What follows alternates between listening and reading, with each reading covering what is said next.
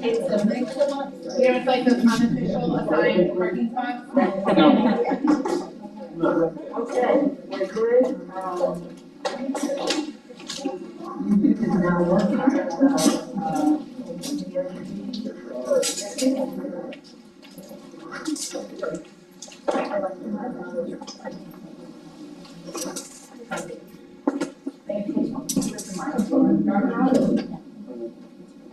Good afternoon, everyone. I'm Robert Dodig. I am well. I have no time constraints. We have Suzette Rivera missing. We also have Carl Burnside missing. And Christine Schroed is also missing. I have no elephants. My expectation is to make significant progress. How about that?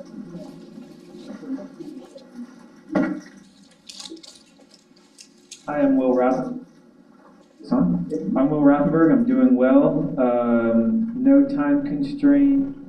Missing from the district side that has been noted. I think we're also maybe missing Jill Castellano. No, He's here but not here. Here but not here. No elephants. And expectations significant progress. Good evening, I'm Heather Leonard. I'm doing well tonight. I have no time constraints. I believe the missing have already been noted. No elephants at all, and my expectations will go with make significant progress as well. Hi, my name is Kelly Letcher. I'm fine. I have no time constraints. Missing is noted. I am taking the place of Dr. Desamore. I have no elephants, and expectations is to get caught up with what's been going on and then make significant progress. Hi, Kimberly Hutchins. I am good. No time constraints. Missing noted. No elephants, and make significant progress. Hi, I'm Rachel Gould. I'm doing well. No time constraints. No elephants, and to make some orange circles. A bunch of them. Hi, I'm Jessica Duncan from Student Services. I'm doing well. I have no time constraints. Missing is noted. No elephants. And my expectation is to make significant progress. Good evening, I'm Ben. I'm great. I have a 6 o'clock time constraint. Missing is noted. Elephants, none. And the expectations to make progress. I'm Shannon Johnston. I almost said Fletcher. I keep forgetting. I'm doing great. No time constraints. Missing's been noted. No elephants. And my expectation is to make significant progress. Good afternoon, I'm Bonnie. I'm doing well. I have no time constraints, although I do have to go pick up my car when they tell me it's ready. Missing has been noted, no elephants, and expectation is significant progress.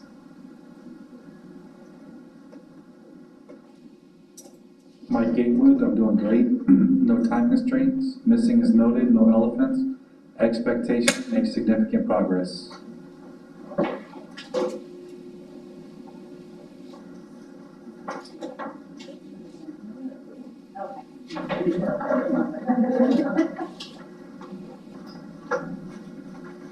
Hi, good evening, everybody. My name is Kurt Zone. I'm doing okay. No time constraints. Missing, I think we just have Lewis missing. Jill is on her way. No elephants. Expectation, make progress.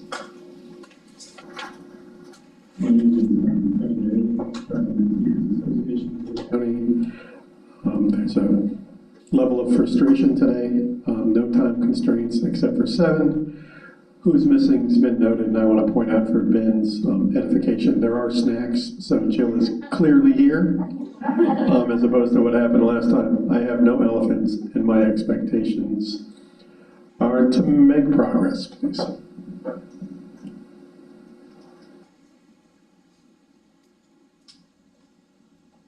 Good evening, my name is Anna Witten. I am a third grade teacher at Colonial Elementary as well as Talc secretary. I'm doing well. I have no time constraints. The missing has been noted, no elephants, and I will say make progress. Good evening, my name is Samantha Hauer. I'm a peer collaborative teacher at Harnsmarsh Middle School. I am fine. I have no time constraints, missing has been noted, I have no elephants, and I'd also like to make progress. Good afternoon, my name is Shay Pearson. I am a testing coordinator at Island Coast High School. I am also the treasurer for the Teachers Association of Lee County. I am also a little frustrated. Missing has been noted. I have no time constraints. I have no elephants, and I'd like us to make progress. Good evening, I'm LaShonda Hutchins Cologne, and I'm okay today. I'm the math coach at Franklin Park Elementary. I have no time constraints. Missing is noted, no elephants, and I want to make progress.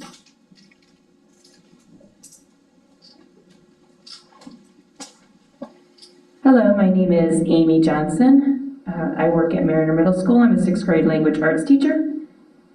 I am doing well. I have no time constraints. Missing has already been noted. I have no elephants, and expectations make progress.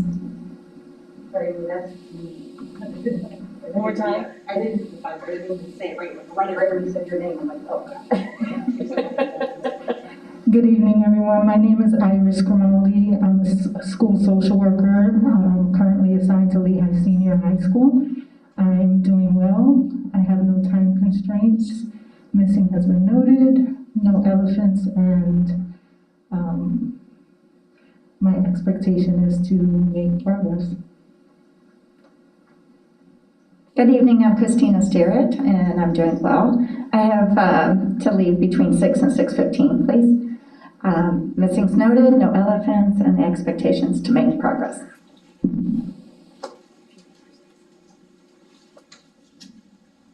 Good evening, my name is Bob Scapatullo. I teach mathematics at Three Oaks Middle School. I'm also on the executive board for Talc.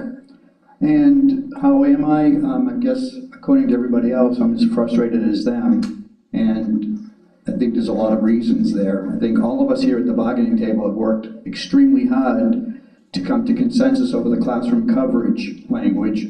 And today, I'm getting phone calls from teachers across the area and secretaries that are frustrated. And as far as the implementation of what we worked so hard to do. So I'm sure we're going to cover it this evening, but it's just frustrating knowing how hard both sides of the table have been working to come to consensus, and I'll see it kind of go down the wayside a little bit. Missing has been noted, time constraints, none. Elephants, none. And expectation to make progress, please. Good evening, my name is Mario Loristal, teach mathematics over at Southwood Myers High School, no time constraint, missing's been noted, no elephant, expectation to make progress, and I'm doing well.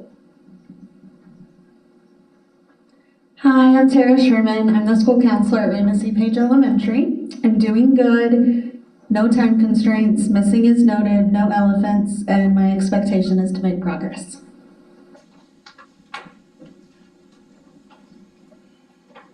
I'm English, facilitating 50 notes tonight. I did well. I do a time constraint at 5:30. Missing has been noted. I don't have the elephants, so my expectation is to make significant progress. Amanda Guzman, I'm also doing well, no time constraints. Missing is noted, no elephants, and expectations to make progress. And hi everyone, I'm Donna Mustard, and I am doing well as everyone else is, almost everyone else is, and we'll deal with that frustration in a second. And I have no time constraints, and my expectation is to help everybody achieve their expectations.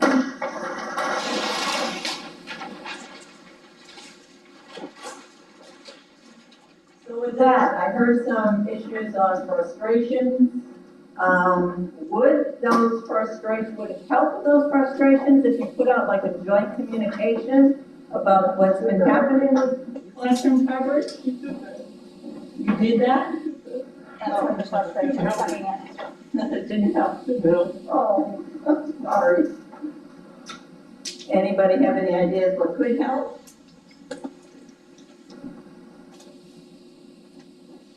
Rob? Excuse me, I'm so sorry. I mean, I think it would be helpful, wow, to, I think it's somewhat of an elephant in the room, right? I mean, that's the purpose of this. So I hear Bob's concerns. I heard some quick information from Kevin on my way here. I mean, I don't want to bog down our process, but there's people in the room here that it may be helpful to hear what went on today, I assume, because today's the first day back since last week, even though this started on the 12th, theoretically, retroactively, or whatever we want to call it. So I don't know. I mean, I see someone has their hand up, so that's kind of good. That's what I think, looking for some information. Who has their hand first, Bob or Craig?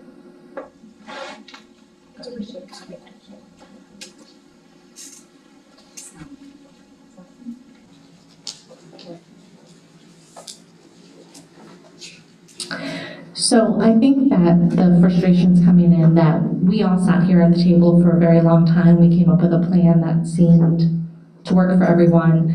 The information was communicated through your joint communication. And even in the email that you guys sent, said something about the joint communication and the fact that on the Talc page, we had some scenarios. We communicated it based on those scenarios to our secretaries, to our members, to our, really anybody in the bargaining unit. And I know my secretary at my school held off until today because she was waiting on information from payroll. Well, the information that I gave her and the information from payroll are completely conflicting. So when I get called down to the office and I'm told, well, you're wrong. Well, I don't feel I was wrong. I sat here the same amount of time that all the rest of us did. And I'm being told that, no, payroll says it has to be paid this way. And I'm saying, well, no, I sent you the document showing the explanation, and I'm being told I'm wrong. Okay. Bob?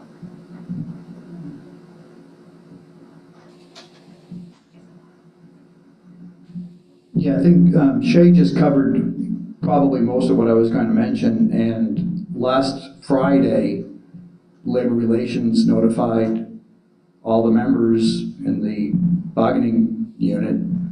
Joint communication with more detailed information is posted on the district website. And the Talc website features a specific, that's the key, the specific examples of common classroom covered situation.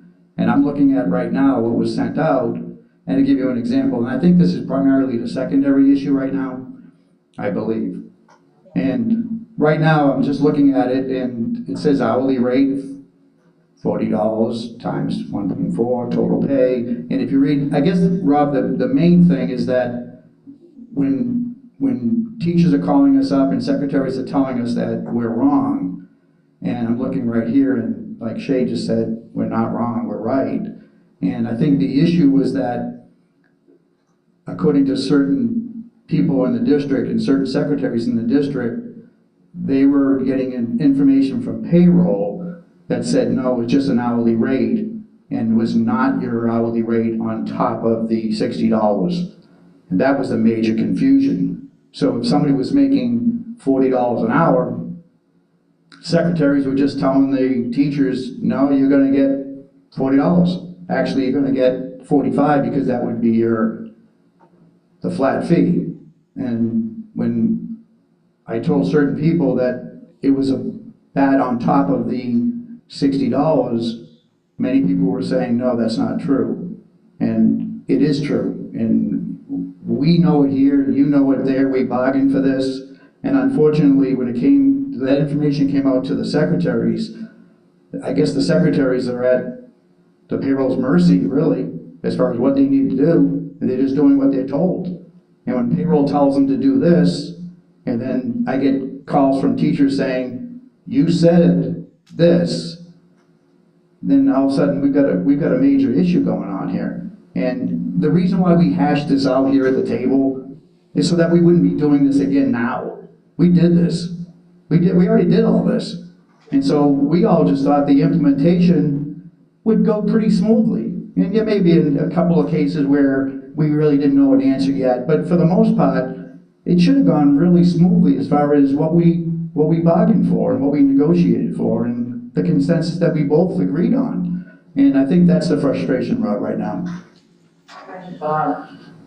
Yeah, I'll just take a quick moment to apologize that has occurred at the school level. But also recognize, and Will said this to me earlier, that we are going to have issues that have to go to labor management over this. We know that. So, but I just wanted to give us all a chance to hear what the concern was, and I appreciate it. And we've had some preliminary conversations before this meeting about some of it. So, but I agree, we put in significant hours hashing this all out, and we always talk about implementation being the issue ultimately, and obviously we've had some issues in the last several days, but I pledge to you that we'll try our best. We have a principals meeting on Thursday. I plan on talking about this at the principals meeting. It is on Zoom, not in person, but we'll provide any more clarity we can at that meeting to the principals and answer whatever questions they have. So hopefully people aren't coming to you all to ask questions and express frustration. I appreciate that, Rob. I think what might be a real good idea is if you notified the administrators tomorrow, the secretaries tomorrow, to hold back on any of the hours that have been submitted already. Because right now, we've got teachers that are calling their reps saying, this is what it's supposed to be, how come it's not? And when I told the teachers at my school, and the reps at my school, and the reps in my area that it's going to come up at bargaining tonight, I think the best thing to do would be to come back with a letter or email to all the administrators and secretaries explaining to them that we've made mistakes, and apologize and say that this will be corrected and go from there, and to withhold all the hours that have already been submitted, because I guarantee, if you look around the district today and how many teachers were out, there's a lot of coverage going on. And so a lot of those poor secretaries right now are busy trying to calculate the hourly rate based on what payroll told them, which was wrong. And now they have to go back and do it all over again. And I feel bad for the secretaries, to be honest with you, that they've got to go back and do it all over again and correct the mistakes that they made. Anything else, Rob? I appreciate the input, and we'll have a conversation on our end regarding Bob's request there to put something out, which can't take place right this second. So we'll see what we can do along those lines, and keep the line of communication open regarding this, because it's obviously an important issue for us. We wanted to get money in people's pockets, and any further delay of that is exactly what we didn't intend to do. So we'll sort of powwow over here and figure out what kind of communication we might need to send out. Thank you. Okay, Kevin?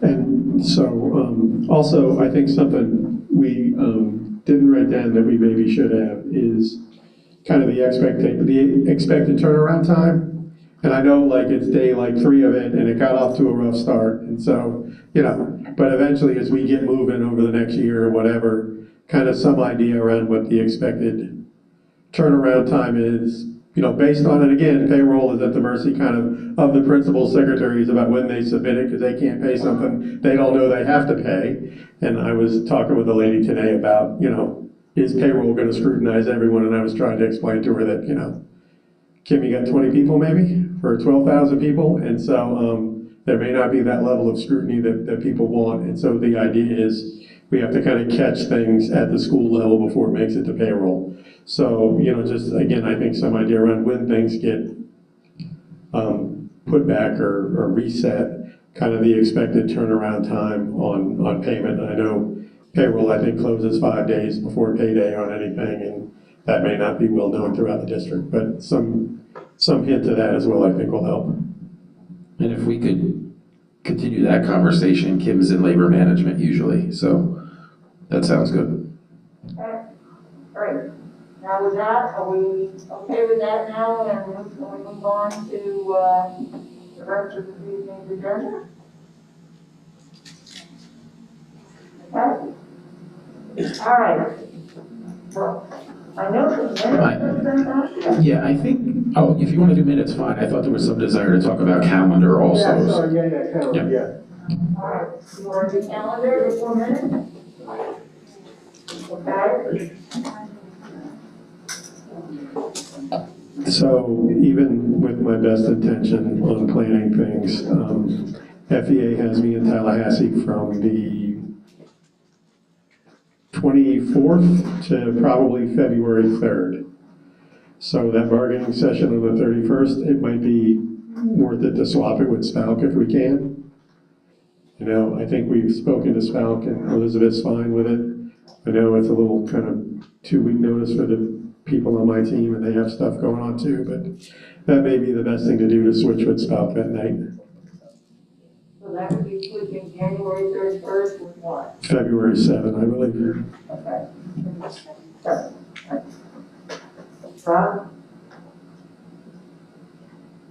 I think that's fine. I just, I'm assuming you said you talked to Elizabeth? I'm sorry, Kevin. Yeah, yes, sir. We spoke to Elizabeth shortly after I figured out I was going to be in Tallahassee for like 13 glorious days at the end of January. Okay, is that okay with everyone to switch Health and Spells? I know one of you are on both anyway, so you keep your both notes anyway. But those who are not, does that work coming in February 7th instead of the 31st? Everybody?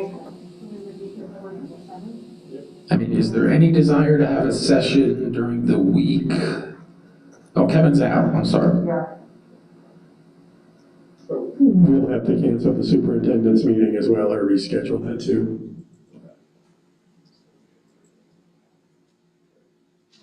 Okay, now there's the calendar, just switching those dates. Bob.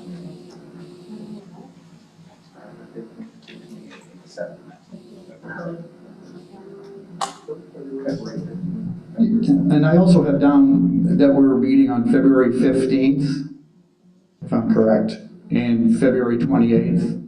Yes. Am I right? Okay. I'm just glad that we met today because I don't know what we would have done with all the issues that we're talking about. So I'm just grateful that we're here tonight.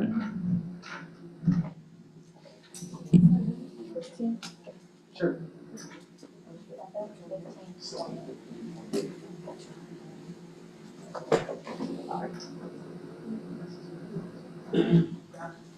Yeah, Rob? Yeah, I'm just wondering if there's any willingness to meet next week, like Thursday. Kevin's not here. Oh, okay. You're not here next week. Yeah. Next week and most of the week after. Got it. Okay, sorry. Okay, anything else on the calendar? All right. I've got the okay for that change, so, I know Will sent minutes out today, hoping we could get through some tonight or all. And, Mr. on that, sir? Donna, they were sent just before bargaining, so I know that there's no one on our team that has had a chance to look at them yet. Okay, so, Next time? next time, Everybody okay with that? Okay, we will put minutes aside until, Will?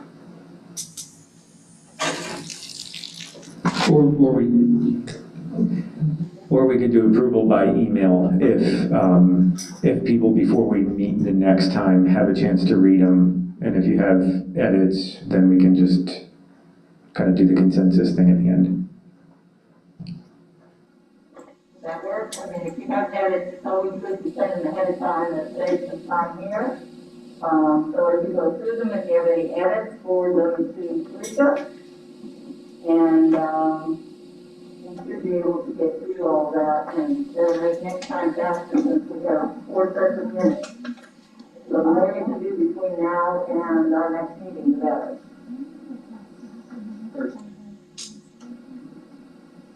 Okay. Anything else with minutes? All right, last week's Bob.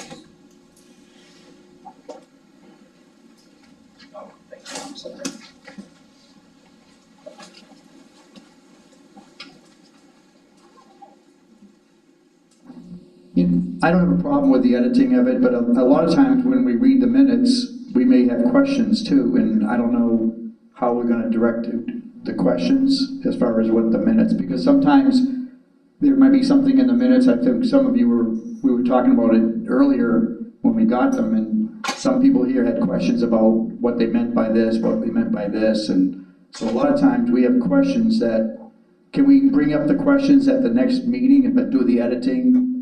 Does that make sense? Okay, thanks. Okay on that. Okay. Okay, anything else on minutes? All right, Anna.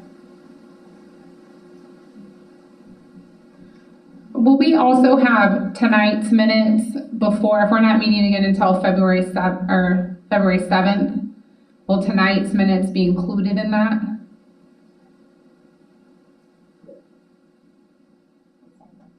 Well, the email containing the 3 sessions minutes has already been sent, so then there'll be an additional email with tonight's minutes. Right, I just wanted to make sure that, like, the expectation would be before February 7th, we would have 4 sessions, because we should be on track with stuff now? I think so. I hope so, yes.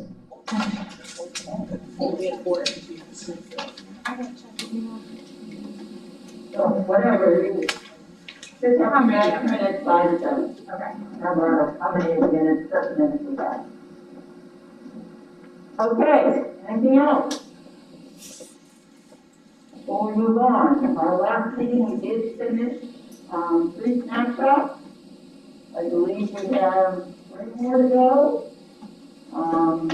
We did, and I did pull them out.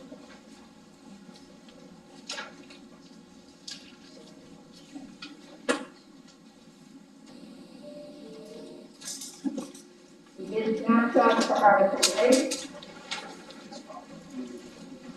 Article 12, and the TDP article, which is on professional development. So, where do we go next?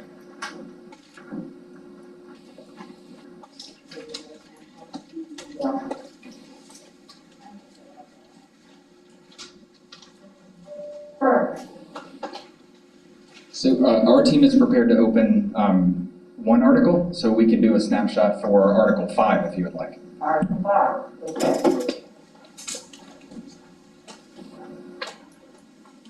Okay, and some story on Article 5?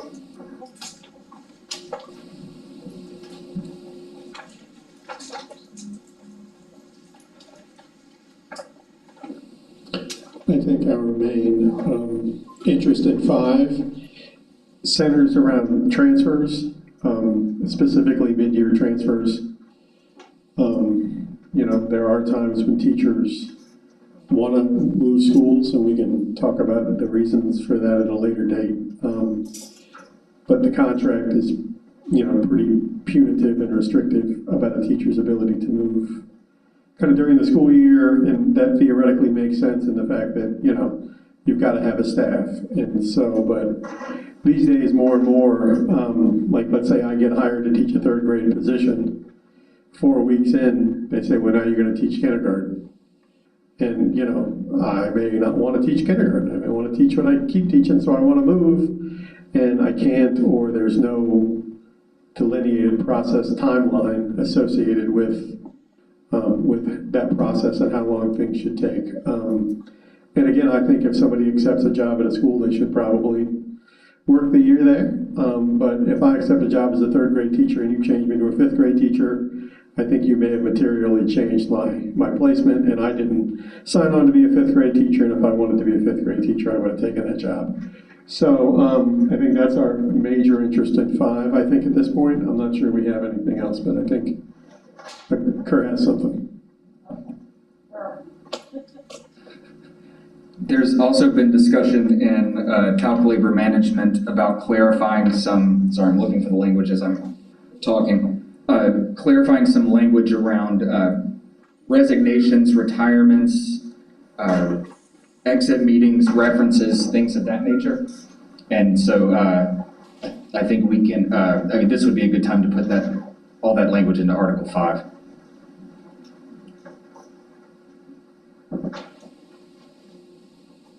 Okay, anything else for the story of Article 5? How about some interest? Heather? I think equity is an interest here. I also think, and I don't want to put like fairness up there as an interest because it's very difficult to legislate fairness, but transparency about the process, enforceable guidelines, those types of things. And it doesn't fall on deaf ears with me when a principal in the middle of a year has to replace somebody. You know, that's a Herculean task, especially these days, but you know, I typically have to explain to people there are 2 ways this can go. You can tell your principal and they can say, okay, fine, you know, go with whatever higher being you believe in and have a great time at the other school, or they can say, I'm sorry, I have to hire your replacement. And then at that point, it gets kind of the discussion around, well, is it indentured servitude? Can they drag their feet forever? When do they post a job? How many weeks is appropriate? You know, what's the expectation? And so I think it's that second gray area. So whatever kind of interest are summed up there, that was kind of more story than anything else. Okay, right, well, this will stick with transparency in the process. Okay, Kevin, I put equity and transparency in the process. And I'll throw one up for the district manageability.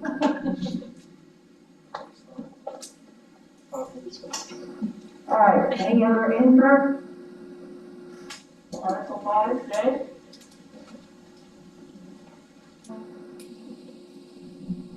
I think retention in the district. Okay, retention. Will?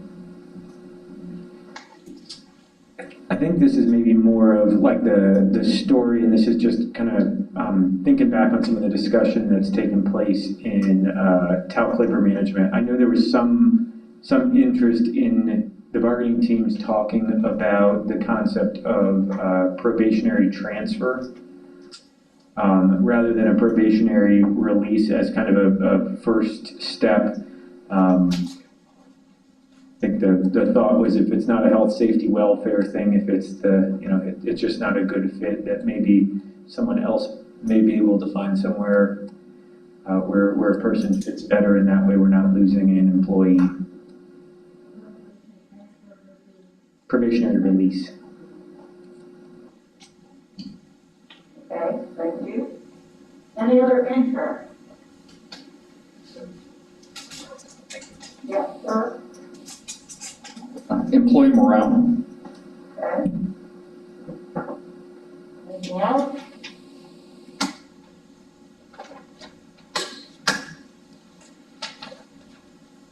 Okay, any requests for information data?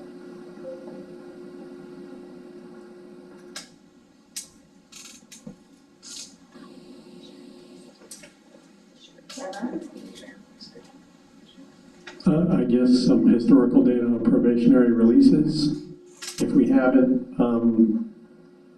and this is data I almost don't want to ask for, but mid-year transfer, I mean, I don't even know if we have it or if we can track it, how many mid-year transfers there are. You know, I talk to people all the time about kind of like free agency, that time right after the kids leave and right before school starts, where kind of it's unrestricted free agency, but maybe that data on mid-year transfers, again, not sure if we even have that. And honestly, at this point, you know, I think we have great administrators on the team, but it's only 3 of them, and there are a lot. So I think maybe as we kind of start talking about this, maybe some data from administrators about like, because I tell people like minimum 6 weeks. I figure a week to run the ad, some people, some interviews, some hiring, you know, maybe what that, if I'm incorrect or whatever, some data on kind of what the hiring timeline is in the best of times and the worst of times from a kind of school-based perspective as well. Anything else? All right, is any of that information available, or I mean, just that if it's available? So. Will? I think we can try and track down some of that information. We would need to go back and make sure that we're getting kind of what you're looking for and that it's in a format that would be useful for conversation. Okay, thank you. All right, so anything else for Article 5? Last call. All right, there's a snapshot done. Now, next article is 10, 11, and 11. 10 and 11. Okay, Article 10. Article 11 first. Do 11 first, it doesn't matter. Okay, Article 11. I will hand the microphone over to Bonnie. Okay.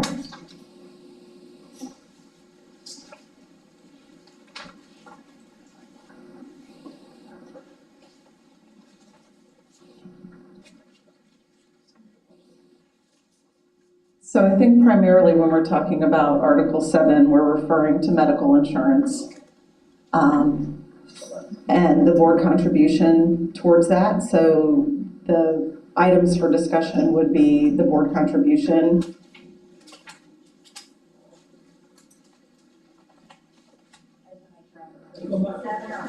This is 11. Yeah, it's 11. Board contribution.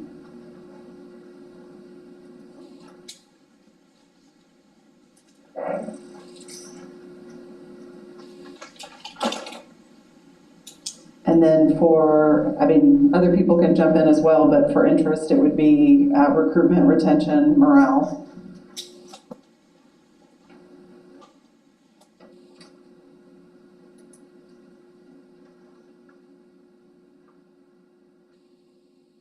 Anything else, Lonnie? Anybody else have anything they need to add to story for that article? First? Will's first. Oh, Will?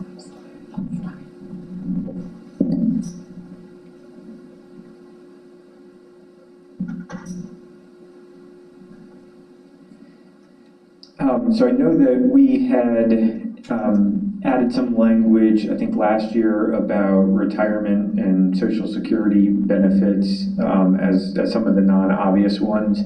I think two other notes that I had, again, based on conversations for Talc labor management were, did we want to put something in there to highlight other benefits like the wellness program? I know there had been conversation, I think this is more a benefit of Talc membership rather than a benefit of employment, but some way to kind of promote or make people aware of the degree programs that are available to people who are union members.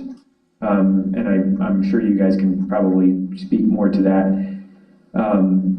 And then the other note, and this was a topic of recent conversation, again, not sure if this is something that we want to discuss in bargaining, but was, I think over the summer, Talc had made a request for some information about how many different payroll deduction slots there were. And so that kind of led to a conversation about, well, you know, since you mentioned it, there's hundreds of them. Do we need hundreds of them? Are they all being used? What are they being used for? If they are being used, and is there any way that we could kind of improve efficiency and prevent confusion and clean up self-service options by having some discussion about that? Okay. Sir? Part of the story, I think, this year also revolves around the damage that the pandemic has done to the health insurance plan. And there's been financial costs, and we've done a really good job in Insurance Task Force in keeping those down and not passing it on to the employees and the members of the plan. But maybe that's more for a joint bargaining session than for today, but I think that's important to keep in mind. Okay, thank you. All right, anything else? I did hear another interest when Will was talking about efficiency. Anything else? For interest?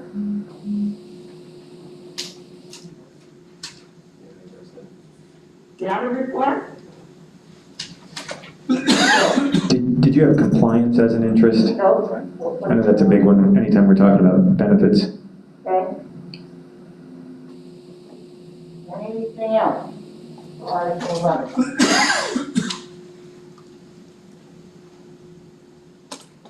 All right, seeing no one's hand, Article 11.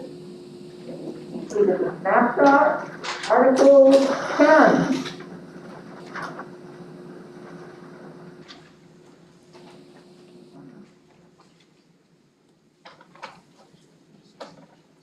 Second is the chart.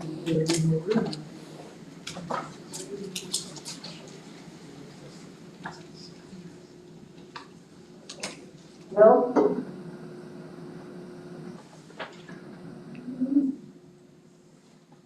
I know there was an interest in discussing experience credit and where some of the current contract language comes from that limits the amount of experience credit that people are allowed to bring in. Also, and I know that this is kind of a past one that's been lingering out there, was discussion about experience credit for military service. I think that was something that Talc brought up a couple of years ago, and so I'm not sure if there's an interest in having more conversation about that. Advanced degrees, I know has been a topic of conversation also, and Talc shared a Polk County arbitration at some point.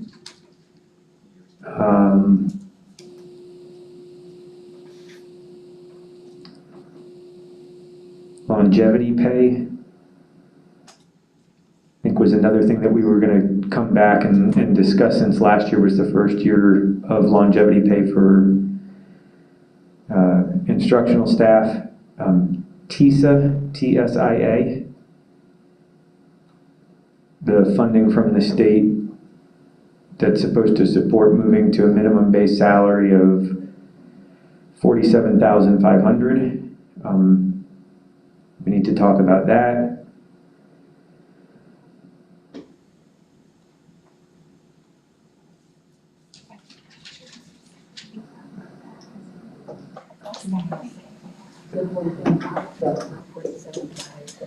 Yep. ESSER funding and possible bonuses. I know we've had some discussion around that, not to go back to what we were just talking about, but don't want to lose sight of that. And then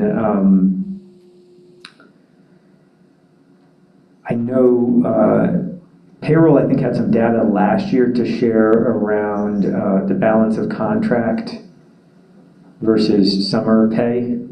I don't know if I'm saying that right, but I think there had been a request to see how many people get lump sum payment versus how many people get paid throughout the summer, and what the usage rates of that are.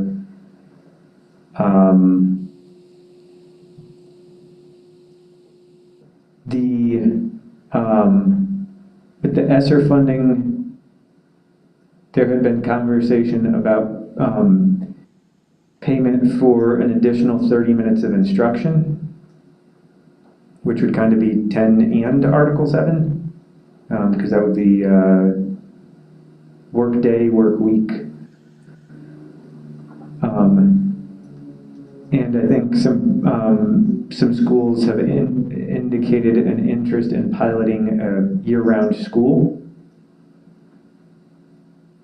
Obviously, that wouldn't start this school year. We're already in the middle of the school year, but something for potential implementation in the future. Yeah, and I'm not sure if that's a compensation thing, but it would impact compensation. Supplements.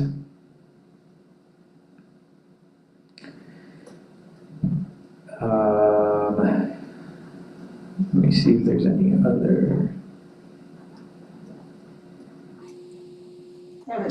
Is this where you're going to put turnaround schools, or is that something separate? No, we do need to talk about turnaround schools. Thank you. And I think Bob had his hand up too. We're still looking.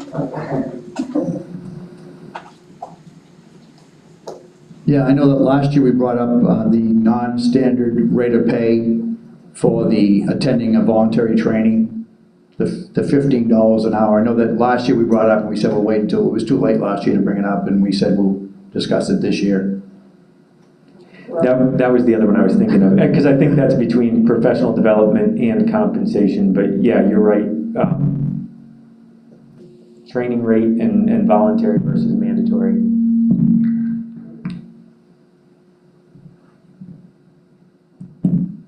Anything else for story? We're running out of the room.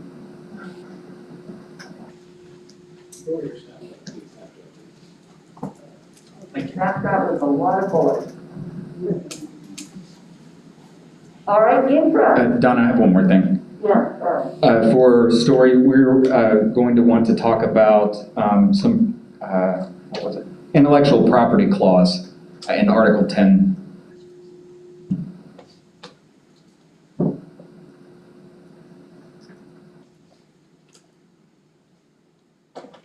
Bill. This kind of goes with the TISA stuff, but I know we've had the conversation every year about market adjustments and kind of pay equity among people in the salary schedule. So we can try and provide an update and may have some better information based on state reporting after the first round of TISA funding. Okay. How about infra? Ellen. Transparency. The best question I get asked is, my principal told me my experience would count for salary. How come bringing in 8 years, I'm making 47.3? So, yeah, that's a good conversation to explain to somebody. So I don't know where the messaging is, but transparency for new hires, or transparency so people can see that, you know, adjusted salary for placement doesn't usually happen until year 13 currently. Okay. Any other interest? Yeah. Equity. Equity.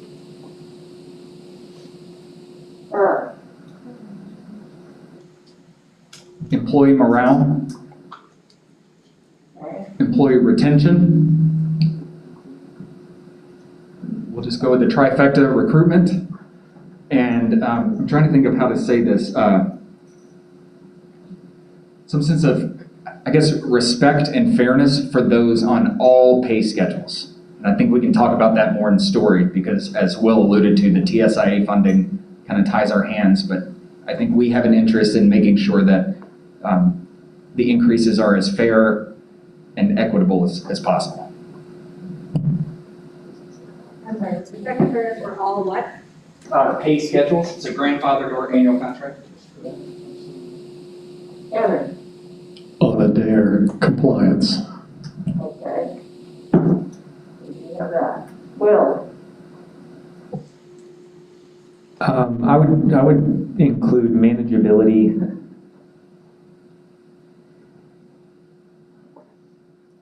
Affordability. And I think competitive compensation is a big thing right now.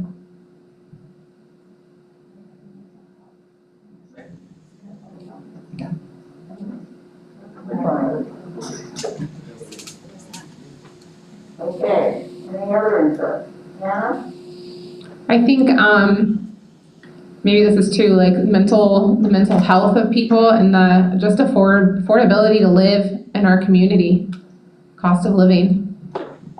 Okay, we do have affordability up there. We have employee morale, and compensation. I think that can fall into any one of those interests. Agreed. Okay. Anything else? All right. Snapshot for Article 10 is done. Are there any other snapshots we need to do?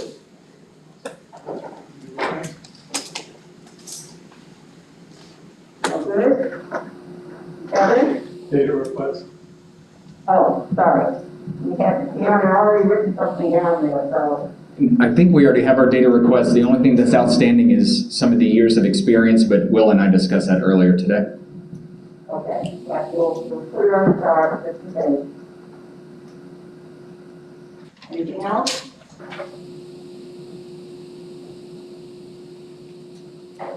All right.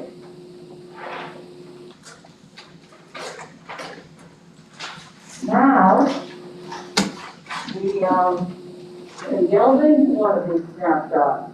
We'll start with the first in order. The first article is Article 5.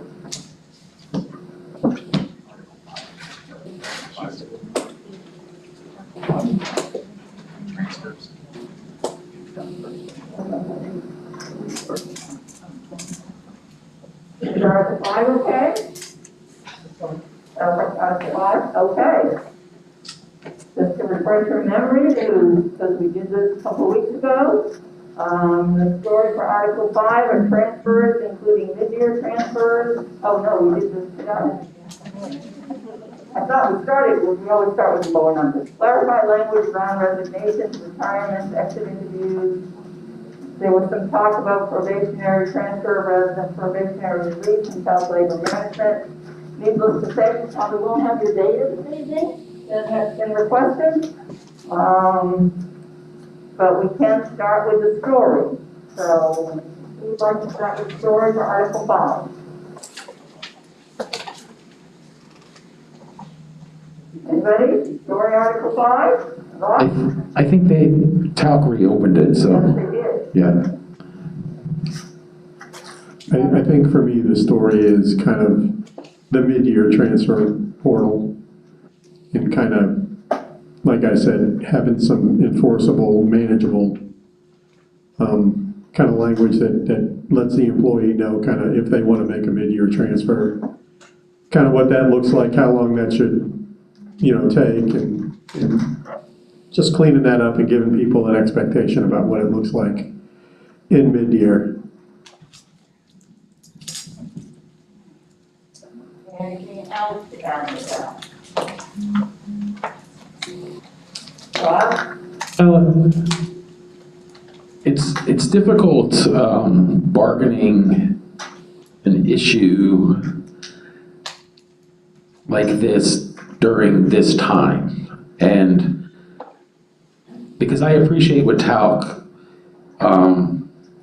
is wanting cleaned up, because believe me, one thing that's been a shock to me in my job since I came here in September in this job is this is a frequent question in HR. So having said that, transfers have taken on a different sort of perspective because used to be a principal would be willing to let someone go because they knew they'd be able to hire somebody.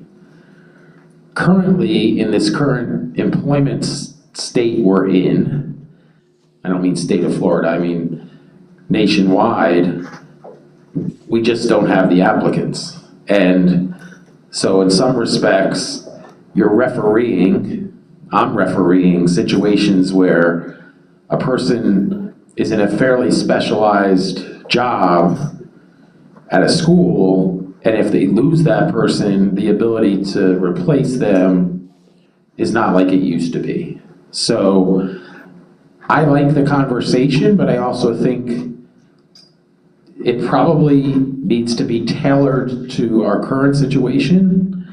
Although we would typically do that in an MOU, everything I see and hear says this type of situation is here for at least 3 years. So we're willing to listen to conversation and we'll obviously participate. I mean, Heather deals with this all the time in staffing and talent management. Lynn Harrell, my colleague, deals with it also. I deal with it. Often you're refereeing situations between principals and a person wants to go. I will just tell you philosophically, the approach in human resources right now is to try to let people go because it's better than losing them. So how we codify that, we can work on. And I know this language probably predates the pandemic because I think it predates me, but Spout does have language, enforceable language around transfers. Now, I will grant you the kind of the devil's advocate argument that it might be easier to hire certain portions of the Spout bargaining unit over the Talc bargaining unit. I mean, it kind of, there's shortage everywhere, right? But historically speaking, it was easier to hire maybe a member of the Spout bargaining unit than the Talc bargaining unit. But again, you're right. Because when people get that Stonewall, they go to Collier. Because Collier's 48 something. They don't have a PSC. There's nothing really tying them here. So again, to say, well, everybody's short, can't really do it, you're going to lose them and you're going to need to. And so I just think, again, and we can talk about the reasons people typically leave schools. There are administrators in this county that get, I don't want to say rough because that may make people unhappy, challenging assignment after challenging assignment, and people follow them like they're the Pied Piper. There are administrators in this county that get an assignment and a third of the staff leaves the first year, half the staff leaves the second year, including a third of the new hires. So, and I'm in a training now about leadership, and I highly recommend you guys bring this down.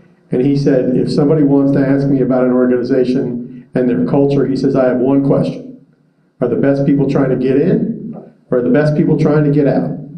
And I believe we have schools where the best people are trying to get out and the best people are trying to get in.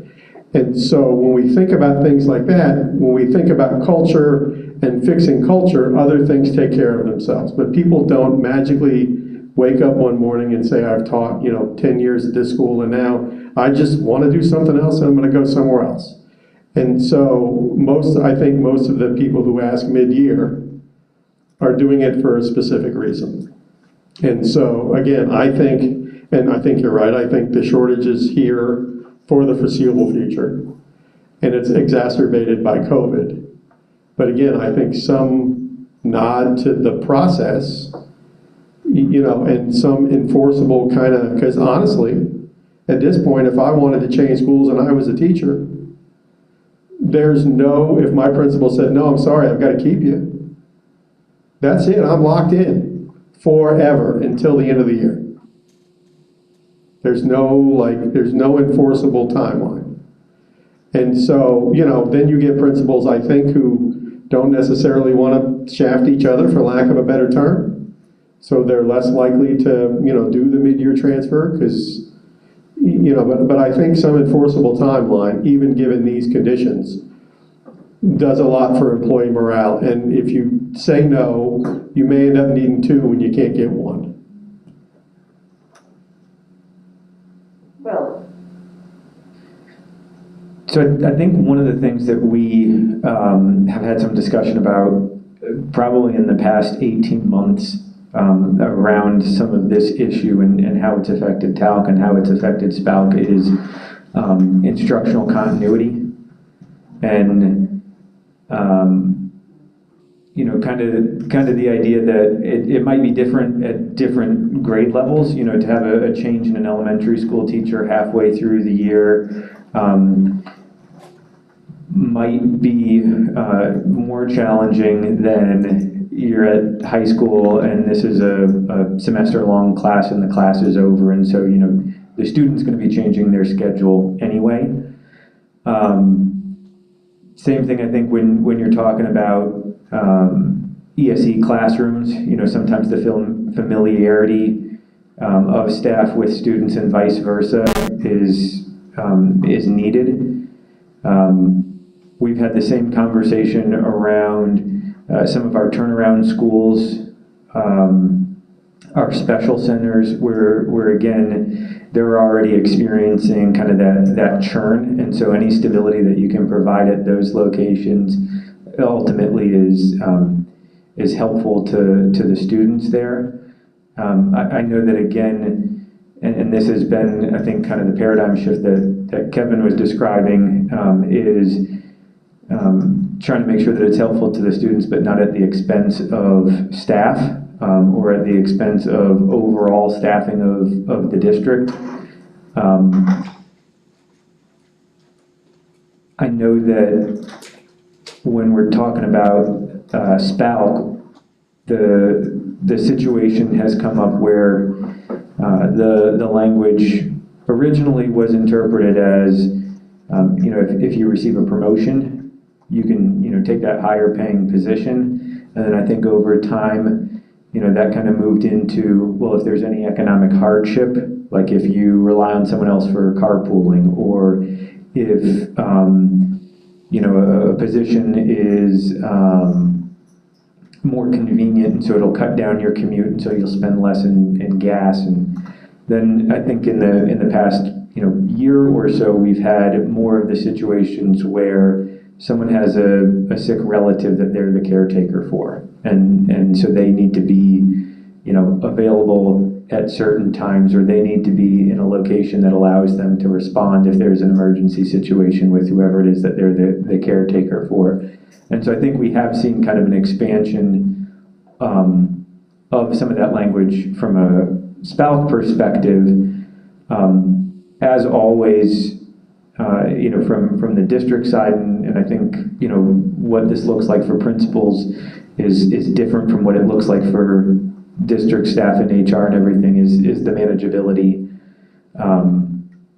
piece of making sure that kind of, again, to Kevin's point, you don't have one school with 0 teachers and another one with, full staffing, or that there's some consideration and some coordination between people, so that it's not,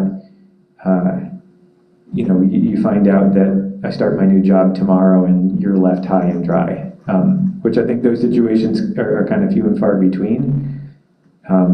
Most people, if they're going to stay with the district, they're not trying to put themselves in a situation where they'd receive a bad reference from their current employer, who will be their current employer at their next position. But just again, kind of all of those considerations have come up. okay, anything else?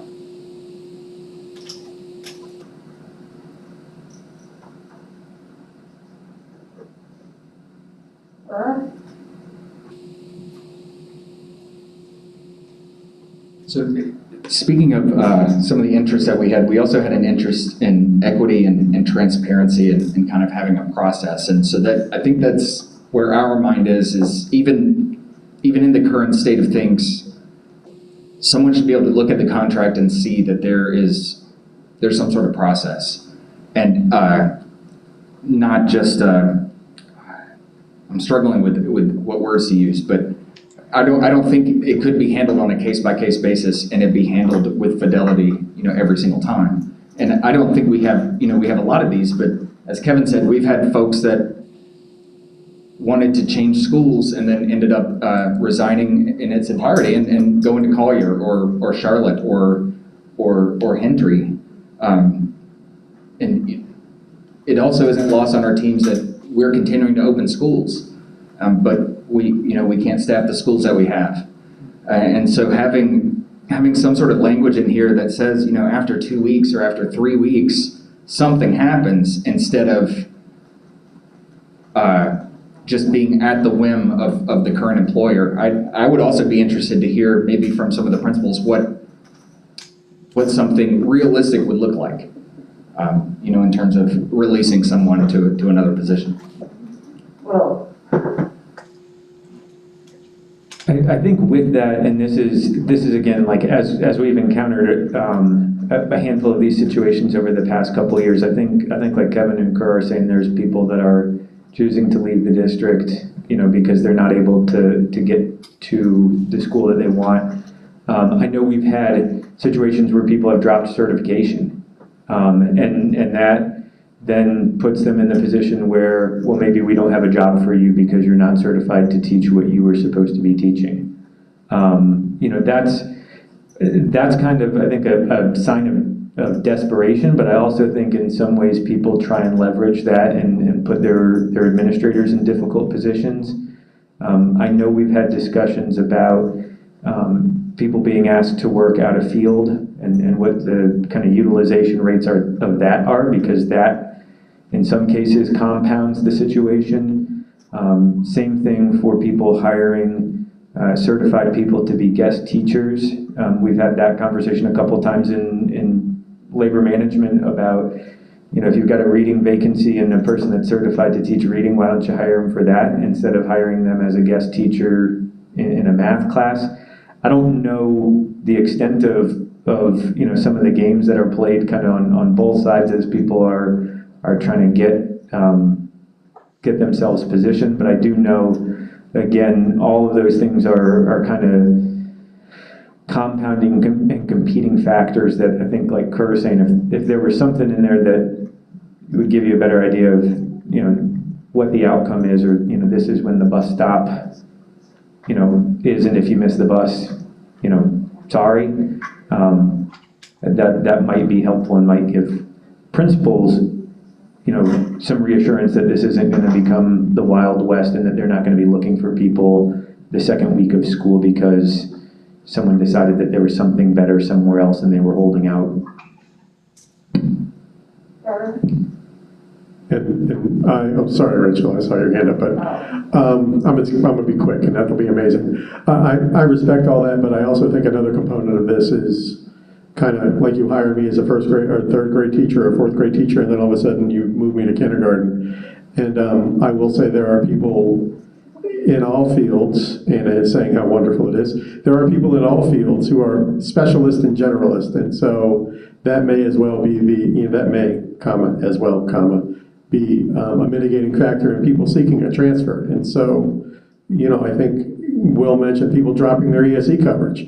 That happens 4 or 5 times a year because, I have ESE coverage. I got a job in ESE. I wasn't, for whatever reason I didn't leave, I haven't dropped it. But, substitute ESE, those are sometimes people's entry into the profession.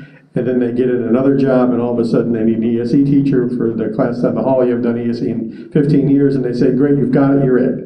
And that's not what they signed up for, and if they had known that was going to happen, they would have not signed up for it. So I think there's some acknowledgement around that as well. But I think you're right. I think the principals do need some assurances on the timeline that, it won't be the wild, wild west. But I think there's some ground in there where we can work this through. Rachel.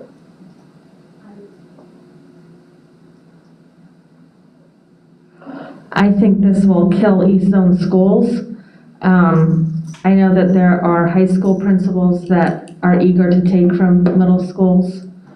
One he keeps taking from me because I train great people, and then he keeps taking and taking and taking. But anyway, and it's, you know, I try to make sure that I work as part of a system of schools and respect my East Zone colleagues so that they are not struggling because more than what I would do to them.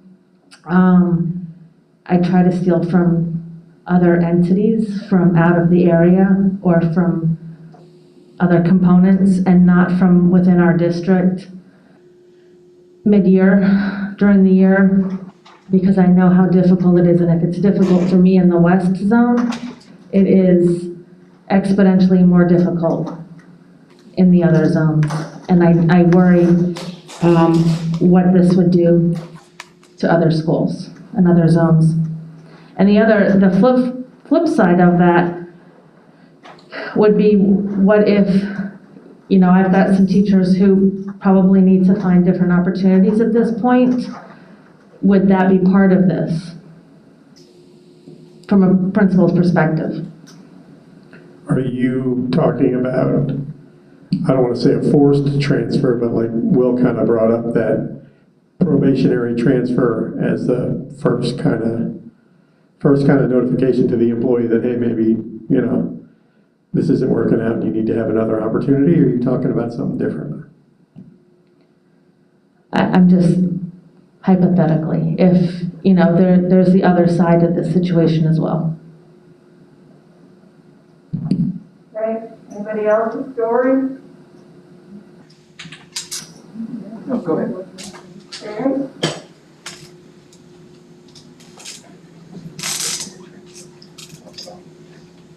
I concur with what Rachel says about, you know, trying to take from East Zone, but I also look at a situation where maybe in a high school where, you know, they've needed a reading teacher all year and they have a viable candidate, and we have a situation where the other school has not released them, which is completely their right. My two things are, one is that teacher at that school that wants to leave doing the best job they possibly can for students. And two, you know, what's gonna happen down the road? The teacher's gonna leave regardless, whether they leave for the other school at the end of the year or they leave to go to another county. You know, how long can we hamstring these teachers to a school that they don't wanna be at? Okay, thank you. Kevin, did you have?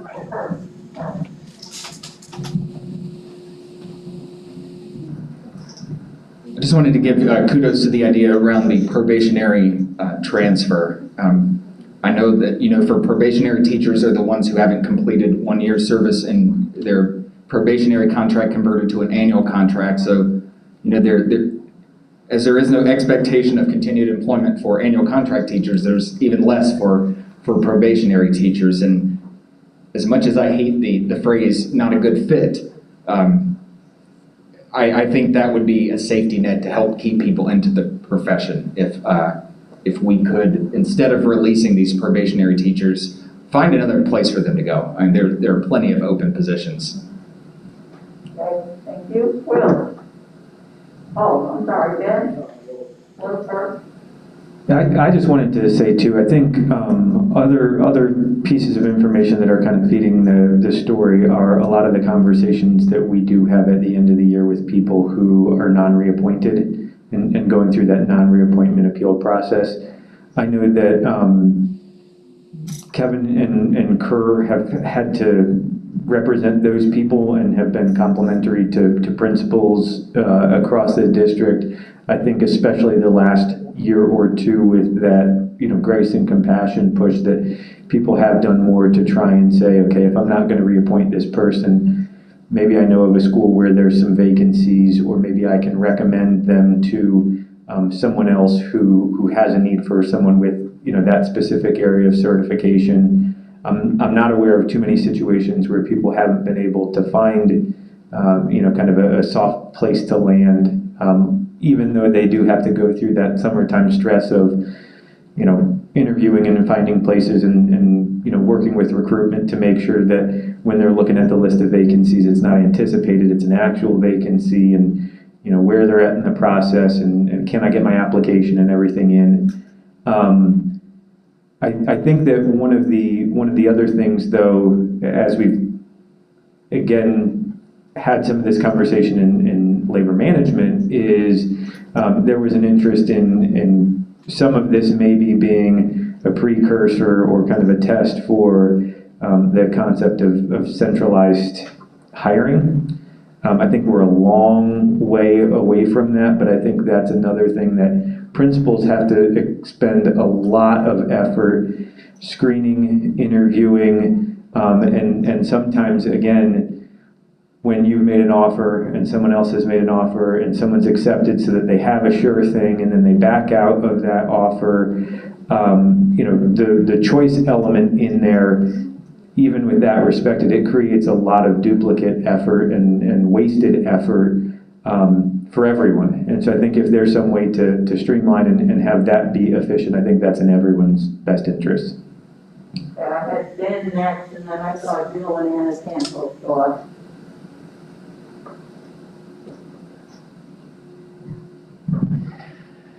So I think one of the biggest challenges, and Kevin, you kind of mentioned this, would be how we end up putting something up there that addresses teachers that, for whatever reason, ended up kind of taking on a different assignment than what they initially did. Because I think there's a difference between all of a sudden I thought I was in something, but I end up in something else, versus maybe I just don't like making the drive anymore.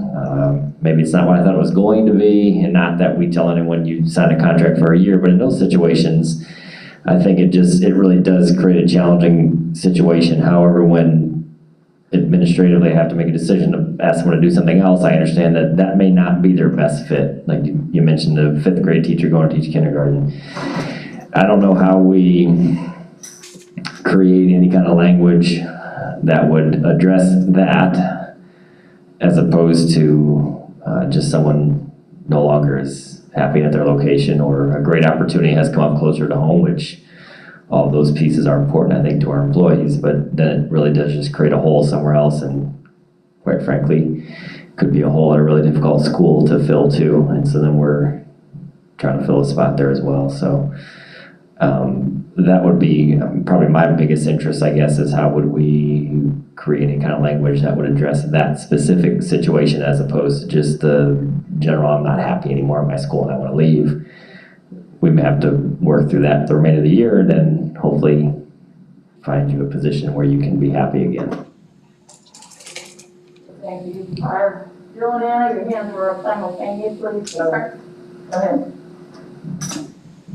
And that's what I was thinking along the lines of what Ben had said, and along the lines of what Rachel was saying, because I think that allowing mid-year transfers could really hurt certain schools, and not even just in the East Zone, schools that have more challenging populations, schools that, face different issues. At the same time, seeing teachers come to work and not being, and I'm not gonna say, I know we all hate the term not a good fit, but sometimes you think to yourself, and I went from teaching high school to 14 years to going to middle school, so that was a drastic change. But kids are kids, they're not that different, they're really not. So it's been a learning curve, but it hasn't been that difficult. But I've interacted with teachers in my years of teaching that they'd be a great teacher, but high school wasn't right for them. Or they'd be they're in the wrong spot. They got offered a job, they were excited to have that job, and then you wind up being just at the wrong level. And I think that now people are just getting frustrated, and we've seen, people are just thinking to themselves, this isn't the right school or the right level for me. And they end up getting frustrated and resigning, and in some cases either going to another county or just finding a job outside of education. So I think that when we look at mid-year transfer, like Ben's saying, it's hard to put some of these things into language, but I think that in the midst of a teacher shortage, if we have someone who wants to be a teacher and they recognize that they're not in the right place, whether it's the right level or the right zone or the right group of kids, I think that we need to find a way to see if we can help that person to keep them in the profession, because yes, if they transfer from school A to school B, there's a hole in school A now. But if they just resign and go somewhere else, now we have 2 vacancies and not 1. So I think that, looking at each, and I know we don't have the manpower in HR necessarily to look at every situation individually, but I think that some of this needs to be figured out, because we don't want to lose a good teacher or a teacher who's got really strong potential because they accepted a position and then over time realized that just wasn't the right grade level or level for them.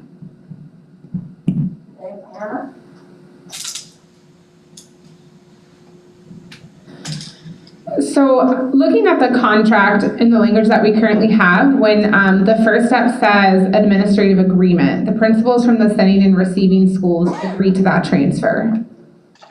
I think clarity beyond that. What happens then? What is the timeline? If the sending school says, well, I need to fill that position, but then they don't ever advertise that position. I've had employees come to me like, well, how long can they not advertise this position? This principal is waiting for me to come. And so that way that it is a little bit more clear here that people, the principals have agreed, what are those next steps? Because that does happen where advertisements aren't posted and employees are watching that. And then I think a piece of this too, when principals don't agree, but then next thing you know, another employee is transferred out. And so it's like we go to that not a good fit conversation a little bit, but it's, it's kind of like there's no transparency on, well, I let this person go, but I'm not letting you go. So just wanted to highlight those two. Anybody else? Well, I'm sitting here listening and actually learning. There's a couple of things, that are unique to the teaching profession that, especially in a system as large as ours, one of them is you actually have the ability to transfer.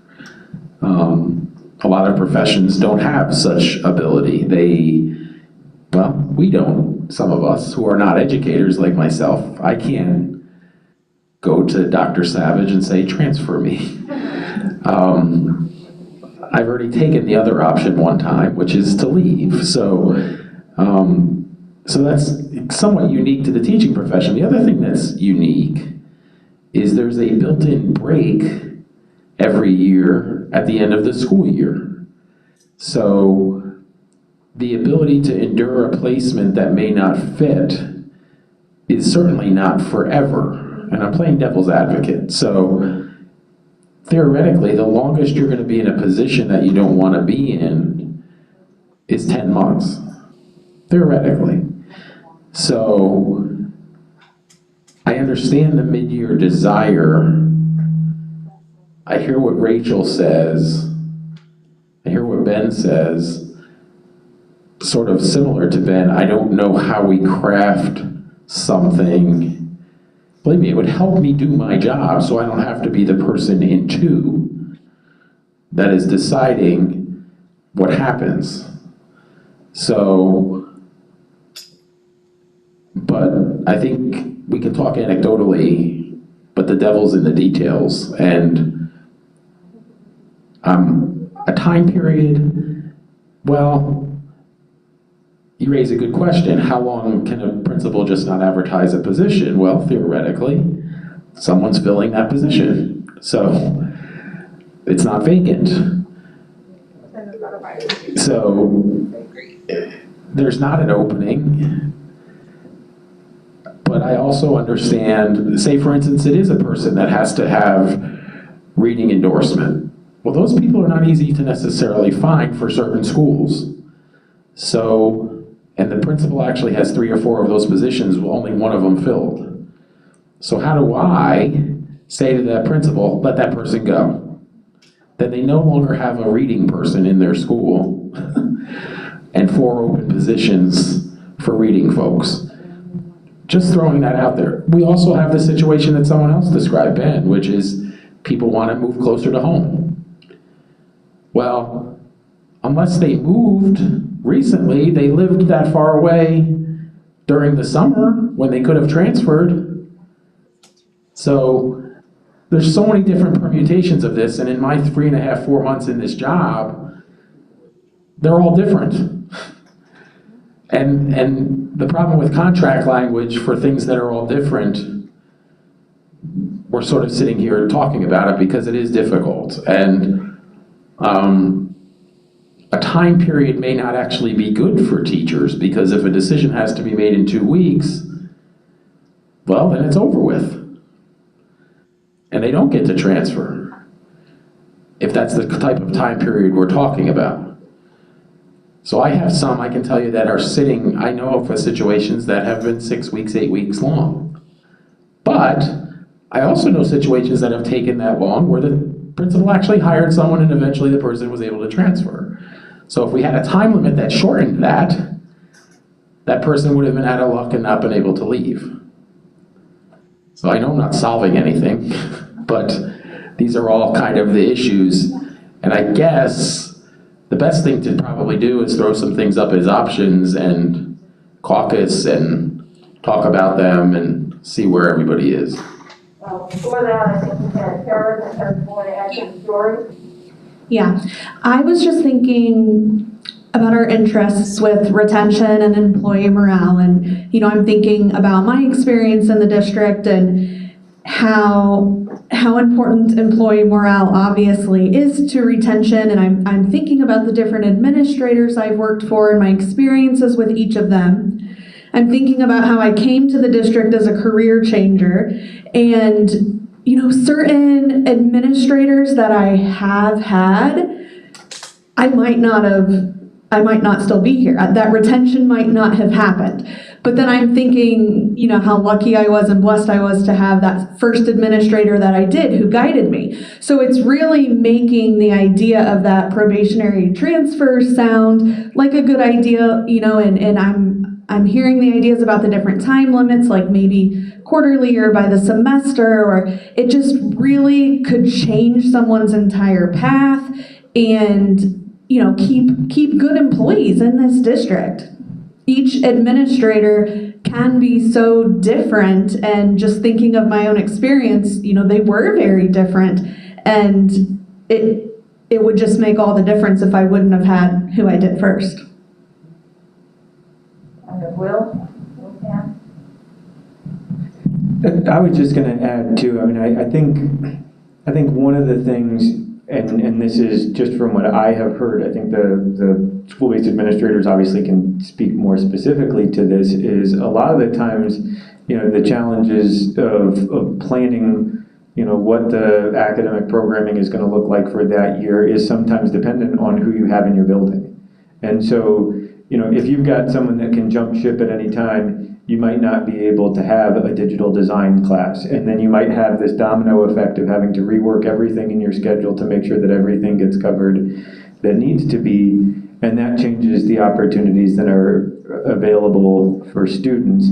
I think that one of the challenges in trying to make sure that we're meeting the needs of students, which I don't know if that was an interest that we had on there, was student achievement, but I would say that probably should be something that we keep in mind, is again trying to figure out how we can provide that flexibility and that autonomy for everyone, so that principals can make the planning decisions that they need to make for their school, for their students. We already have issues with student mobility on top of this, that if we're having student staff, it again, if we don't figure out some clear, consistent way to do it, it could turn into musical chairs almost. Do you want to say something? Going along the lines of something Jill said, something we need to look at too is when teachers come into the profession out of college, they may not necessarily, they know, I guess the phrase is they know just enough to be dangerous.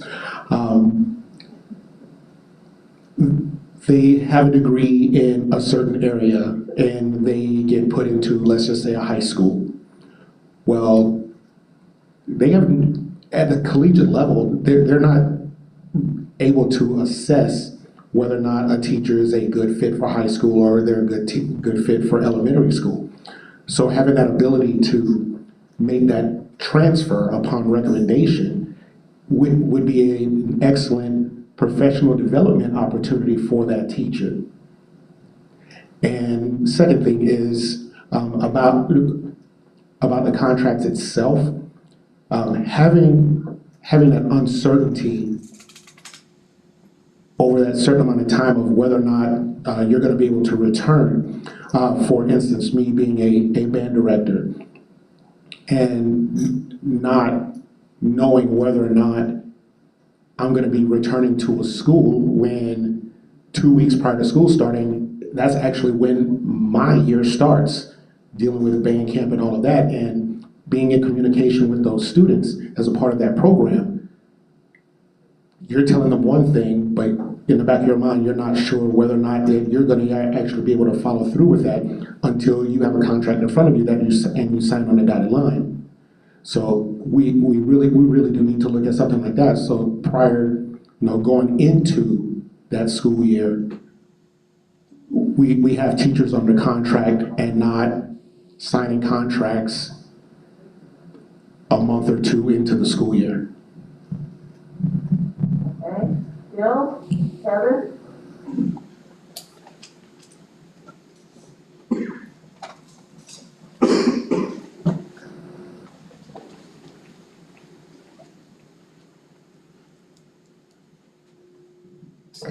So I just want to comment because, I do have very mixed feelings about transfers. And I think that, we bring up a good point that we have a very large district. So there are a lot of opportunities when you're certified to work in different schools. We have over 100 school sites or close to 100 school sites. So those opportunities exist. And I understand that we also have this about 2-month window in the summer that allows us, or even before that, you can apply for a job and transfer, around April or May, I think. So you have this opportunity to transfer and go someplace else. But I think that when we start to talk about how if you're in a school or you're in a place and it's not maybe the best, you only have to tough it out for 10 months. One of the things that is also unique about our job is we work in isolation a lot. And yes, we have PLCs, and yes, we have teams, but I know that in my years of secondary, when the bell rang, I shut my door and it was me with a group of kids. And it was like that 3 times a day, every day. Or if you teach through planning, if you're at a middle school, you are by yourself a lot. And in the past few years, things have gotten so much harder. And with the pandemic and all of these other issues, we're not having things taken off of our plates. We're having things put on our plates. And then we're told, oh, and make sure you practice self-care too. Well, we're caring so much for the students in our classrooms. We're trying to care for the person next door so they don't quit. So those of us that have the energy to do that, we can't even take care of ourselves, but we're told to practice self-care. And when you work, and we have schools in this district, when you work in a school that has toxic people in it, and I'm just going to say people, because toxicity can exist from the top down and the bottom up. Every minute in that school takes everything from you, and 10 months gets harder and harder and harder. And the more that is put on our plates, the more changes that are thrown at us, and we're just expected to just go with the flow, the more draining that is, and the more isolated people start to feel. So even though 10 months to some people may not sound like a long time, when you are in a very toxic, isolated environment, 10 months can feel like a lifetime. And I have teacher friends that have been telling me recently, I can't get out of bed in the morning. I spend my weekends in bed. I'm too exhausted. They wake up with anxiety about what they're going to face in their workday. To do that for 10 months is not, so to say it's only 10 months is very trivial, because we have teachers, it takes everything they have to make it through 7.5 hours. And with that, I'd like to call for a caucus. If I could just respond to that, because I'm the one that made that comment, and not that Jill took it out of context. I said what I said, but I certainly, 10 days in a miserable situation is too many. So the thing that I have been preaching since I got here is unrelated to pay in a lot of ways. Flexibility is one of the primary things that employees want in this country right now. And I'm well aware of that. Our K through 12 system is not set up for that. So how do we work within the parameters of what the setup is to recreate the employment situation for teachers? And I'm all about that. So to simply, I don't want to say mischaracterize what I said, Jill, but that necessarily, what I was pointing out is there's a large segment of our workforce in this country that doesn't have the opportunity to go to a different location. So, however, I'm all about flexibility, and I'm all about this issue of getting people where they want to be, because we can't afford to lose anyone. So how we go about doing that without hamstringing something Will said, which is the interest of student achievement, that's why we're all smart people on these teams. That's what we're here to try to figure out. So I want teachers to be as happy as anybody. So I want them to be willing to wake up in the morning and wanting to go to work. But there's more to that issue other than transfers. There's more to that issue than where they're working. And those are issues that we also need to be working on, which are mental health. And what are we doing for people in that area? And I'm sad that Bonnie's not here, because our wellness program is trying to work on those issues. And getting a program off the ground in an organization this big is sometimes not easy. But it's the primary issue that we're talking about with the principals on Thursday, mental health and taking care of your people.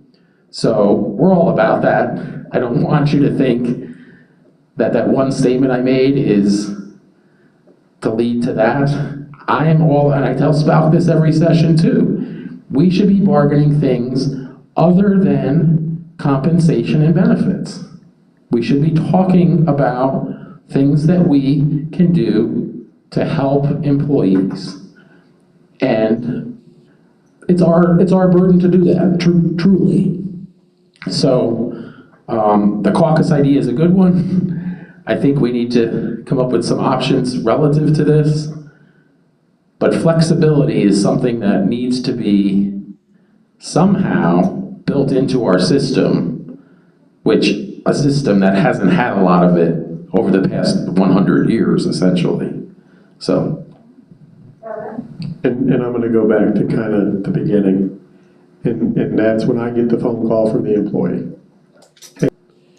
I'm going to, how do I move to another school? And when I tell them, I say, first you got to get the job at school B. That's the first step. Then your principal has two choices. Go with the higher being of your choice. Have a great day, because that's where I'd be. If you don't want to work for me, that's fine. Have fun. I don't want anybody in my building who doesn't want to work for me. But secondarily, the other thing is if they don't say that, it's indentured servitude. And I tell them, expect 6 to 8 weeks. If nothing has happened in 6 to 8 weeks, call me back. And the fact that we can't tell somebody within 2.5 months this problem will be solved is problematic for me. I mean, it just is. And so if we go with Ben's idea where it's maybe first, change of assignment. That's the first thing. Or second, some other things that we can really label, hey, listen, I had to change your assignment. If you want it, it's here. If not, this this kind of mechanism exists for you to try to go somewhere else if you're really a kindergarten teacher and I want you to teach 5th grade. So again, coming back to the very beginning, it's one of those things where it's just this gray area of, well, they advertised this week, but they didn't advertise last week, but they didn't do it this week. How come they're allowed to do that? How long should they advertise? How long should the interviews take? And so I just say 6 to 8 weeks. If nothing's happened in 6 to 8 weeks, give me a call because we can press it, but then that's one principal going up against another principal asking for help from the school, and they may not be so reticent to do that in this climate because, like Rachel says, it's tough all over. But again, I think employees deserve some transparency and some in the process, just to let them know, oh, okay, the contract says, worry at 8 weeks. Now I know what to expect. I don't have to make that phone call. On week 9, we start this other thing going on. And so that's kind of where I'm at about this. And again, I think, and I say this quite frequently, we do a lot of things other districts don't do. And we do them very well, and we do them before other districts. If I could tell you the amount of people that had coverage language before Kerr and I shared the second version of coverage language we negotiated in the state, it fits on one hand with fingers left over. So we clearly do things, and I'm sure these problems exist other places, and I've asked my peers kind of if they had language related to that too, but I think, again, there's some transparency in the process. And so I'm going to say that, and then maybe after we'll caucus, right? I had Kern's hand up, I had Will's hand up, and I've had 2 calls to pass. Kerr is passing. Kerr is passing. Will? I will pass too. I was going to say something, but I also was going to say I was told that the live stream went down. We're not so sure. We might be able to work to get that back up while we're caucusing and then can come back and report out. Excellent. All right.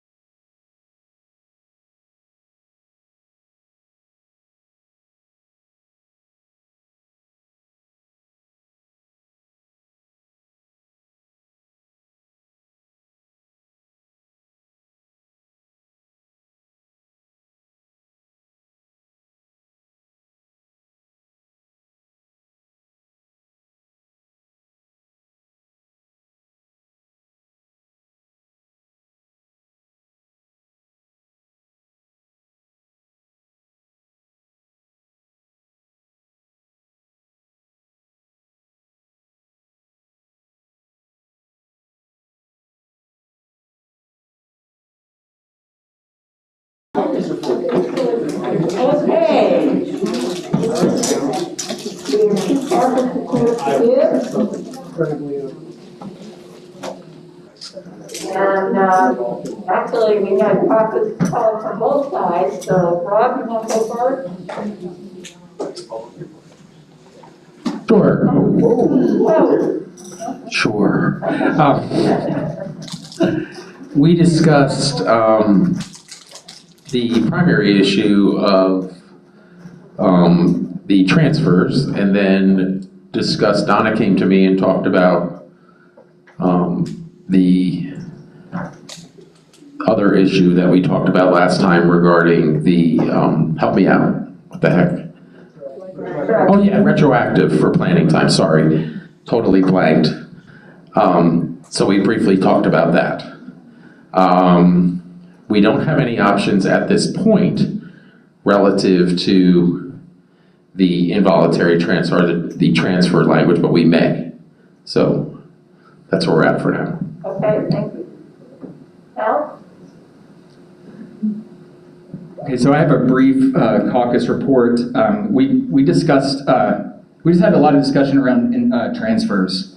I was reminded of, how can I put this?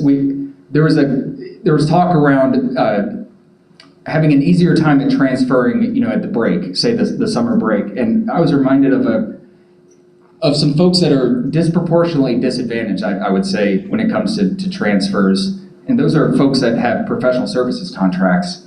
Because, oftentimes if someone wants to apply and get a job at another school, it's harder for someone that has a PSC than say with an annual contract. And so we've represented members who just haven't gotten interviews. A 20-year plus teacher at a school and wants a fresh start and is denied that opportunity to do so. So two other things that came up during our caucus are, because it has to do with Article 5, I'm very, very, very proud to say that at the beginning of this legislative session, Talc and FEA have been working to sponsor or have legislation sponsored that undoes the prohibition on extending annual contracts from 1 year to the next. And they have bipartisan support. So I wanted to let you know about House Bill 1457, House Bill 6107, 6107, yes. And I've got two Senate bills for you, 1592 and 1602.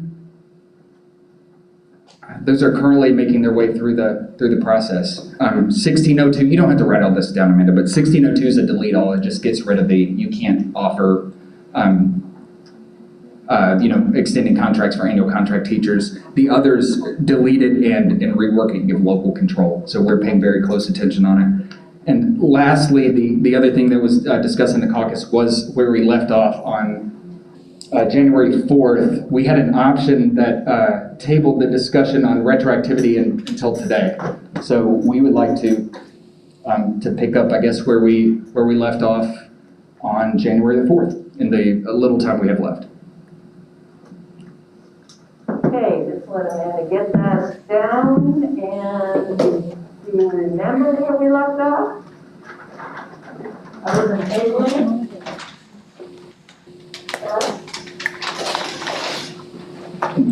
Some of my team can correct me if I'm wrong, but I believe that we were discussing some way to compensate employees who perform duties such as covering classes, split classes, from the beginning of the school year to January 12th, whenever this new language this new language started. Staying after for buses, there's a ton of different job duties that needed we felt needed compensation. And I think where we left it was not just for ease of payment and manageability, was some sort of one-time payment just to compensate everyone and try not to get down too much into the weeds. I can only imagine, especially at an elementary level, but even at middle school or high school, having to go back and process these supplemental contracts from the beginning of the year would be very, very tedious. So I think that's where we left off, Donna. Yes, I think you're right. Bob, do we have any other additional information? Well, we do. Excuse me. Kelly and payroll, budget and payroll have initiated what I would call a deep dive into determining at the secondary level with the data we have the amount of money we're talking about. And then at the elementary level, we're sort of, our hands are tied somewhat a little bit. So that is an ongoing process. And Kelly just received from ERP some information today, which has not been processed. And Kelly, help me out if I'm not speaking about this in the correct manner. I don't know the specifics of how that all works. But essentially, we don't have the data we need tonight to make a decision on this issue. Okay, sure. Sorry, I heard an acronym that I'm not familiar with, ERP. Enterprise Research Project. Brian Evers and his people that help assist payroll with extensive data requests.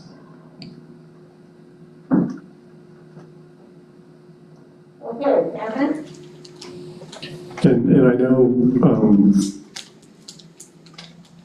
prior to kind of this retro idea, and I think we had talked about it while we were talking about it, the idea that, you know, though you may not have covered a class, you probably stayed after for a bus. You know what I mean? And so I'm concerned that if you go down to the data, LaShonda's not showing up.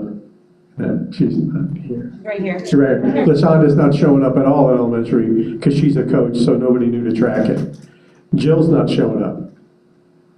You know, so I'm concerned that in our effort to get the data on the data that we have, we're going to end up ignoring people, and I don't want this to be a situation where teachers and the union are fighting with principals and principal secretaries in the district around data they didn't know necessarily to keep to establish what was done and what wasn't done. I mean, I know honestly, and I don't want to really say this number out loud, I know if you look at the current rule and look at LaShonda's situation, you owe her about $30,000.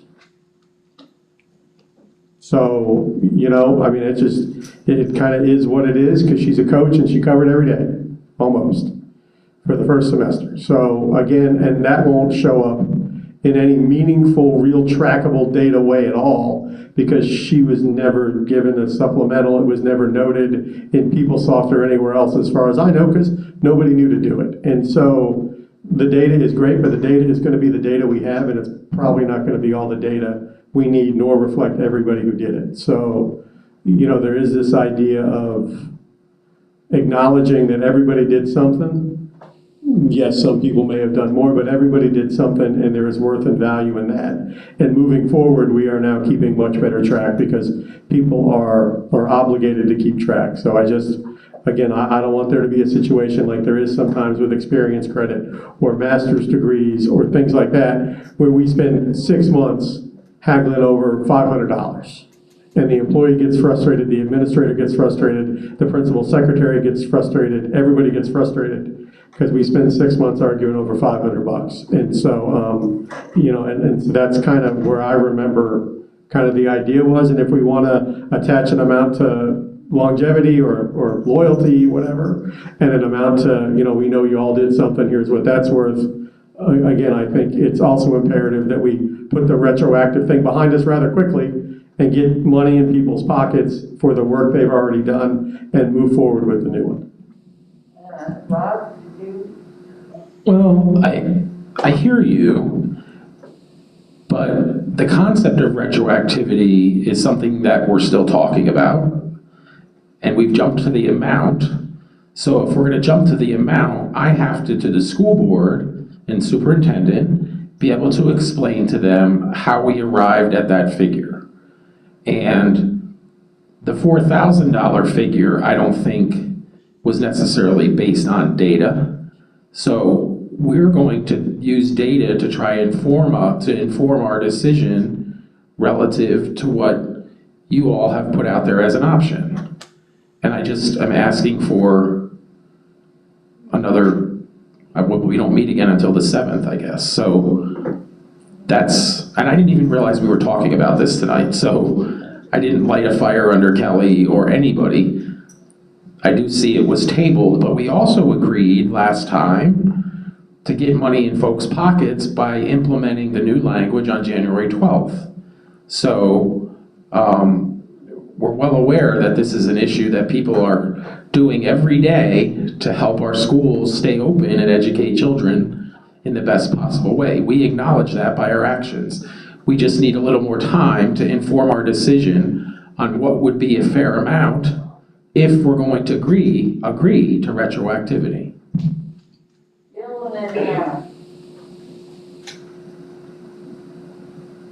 I bring this up too because when we look at trying to look back on first semester, aside from providing class coverage, which is something that in many cases we can go back and teachers have tracked that, we've recorded that in various ways. There's emails, there's texts, there's different ways to find that. For those of us that didn't get supplements paid because we were not able to get paid for what we were doing under the old language. But then with the current transportation situation being understaffed, I know that at the middle school, we're supposed to dismiss kids at 4 o'clock.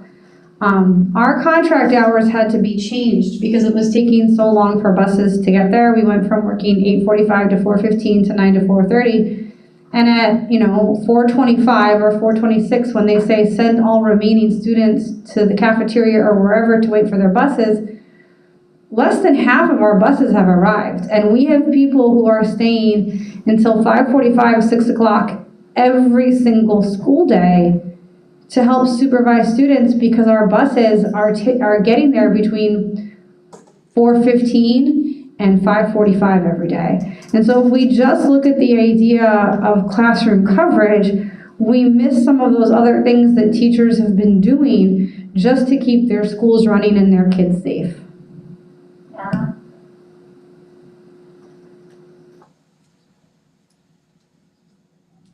So I was just curious, when you mentioned that you guys are looking at the data to dive into it, what data are you guys looking at? Are you looking for the supplements that were already paid out? And then I have a follow-up question based on that answer. Yes, I have a thing of the supplements that have been paid and trying to figure out the total number of hours that have been worked based on that.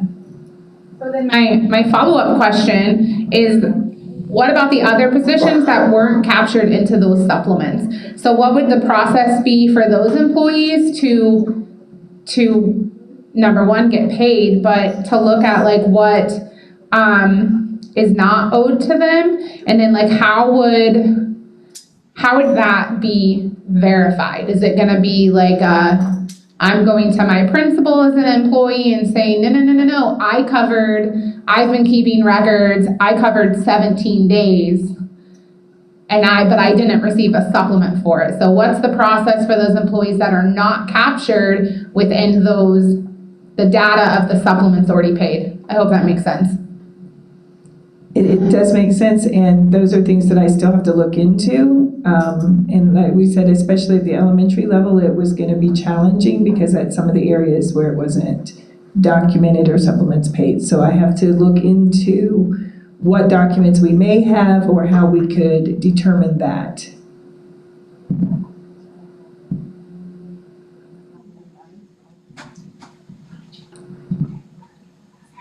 Last one. Okay.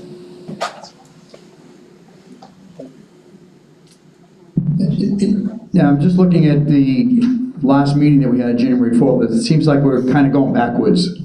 It seems as though we're trying to, again, justify the $4,000. And I'm looking at page 3, page 4, And we can all read these later on when we have time. Page 5, page 6, page 7, and page 8 of the minutes is all the justification about the $4,000. And it is ESSER money, and I believe that it would be approximately $23 million. And again, I emphasize, it's ESSER money. This isn't what we're bargaining this year on our contract. This is ESSER money. And when we talked about the $4,000, we didn't talk about just covering classes. We talked about the 60 to 70 bullets that are in here about what the teachers have done since August dealing with the epidemic of COVID. And it seems as though we're going right back to what we did back on January 4th and looking for reasons why that $4,000 number came out. And again, I'm just looking at all the things that the teachers have done since the beginning of the year. And as far as justification, do we need to? Do we need to justify, after looking at these pages and pages of bullets, do we need to justify keeping our teachers here for $4,000? And I'm talking about, it could be $2,000 now, it could be $2,000 later, but we're talking $23 million out of how many millions of dollars of ESSER funds? We talked, we'll put up there for the for the snapshots for compensation, we put up there bonuses. So, we are going around and around, because if we want to talk about retroactivity, we can talk about that. If you want to talk about a $2,000, $3,000, $4,000 bonus for retention, if you will, or some other form of bonus, that's what we're going to talk about under Chapter 10. So that's, I think, where we're sort of getting bogged down. There's some kind of miscommunication here. Anna? I wanted to say, and I hope I don't misspeak for the intent of the team here, but the $4,000 bonus was almost in lieu of, and I believe Kevin alluded to it earlier, that the looking into the records that we have and the records that we don't have. And I've done a couple numbers for a couple employees that have reached out to me, and it is in the thousands and thousands and thousands per employee. And so I think when we are talking about retroactivity and there's a mixture of bonus and retroactivity, our intent is, let's get money in people's hands, forget about looking into all this data and data and data. We are in agreement of $4,000 bonus to employees in lieu of retroactivity, as well as for retention and coverage of that we've all been doing to make it easier to manage. Because I would hate, I see what my principal secretary goes through. I see what she has to go through as it is. And the last thing that we need in this district is to create a more hostile environment in our workplace between employees, principal secretary, and payroll, trying to get all of this done and in our teachers' hands.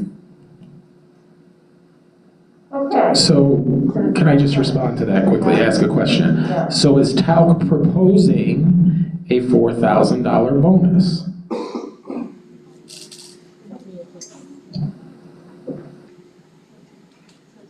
I think it was option 19 from January 4th, but that option's missing from the minutes.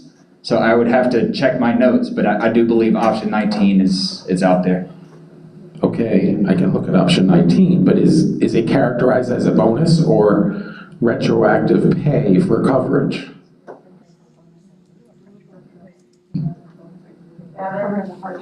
You're saying that because it's entered differently, and taxed differently, and paid differently, correct? I mean, for a second, I was like, why are they harping on this? And then it was like, oh, yeah, because those words matter. And so, yeah, all right, yeah, let's think about how we're going to phrase that and figure that out. But now, yeah, I figured out why you're so precise with the words. All right, with that, My question was very similar to Rob's in that what I heard Anna say, and I think the clarification that Rob's asking is the same as mine. What I heard Anna say was, forget retroactivity, let's talk about bonus. And I think that's part of what may be tripping us up, is that what I hear is talk about both. And so if we're doing both, then that's two separate things. And if we're just doing a bonus, then we're essentially foregoing retro. Is that what? I hope I haven't added confusion, but I'm confused. No, I think it's because we're using multiple words.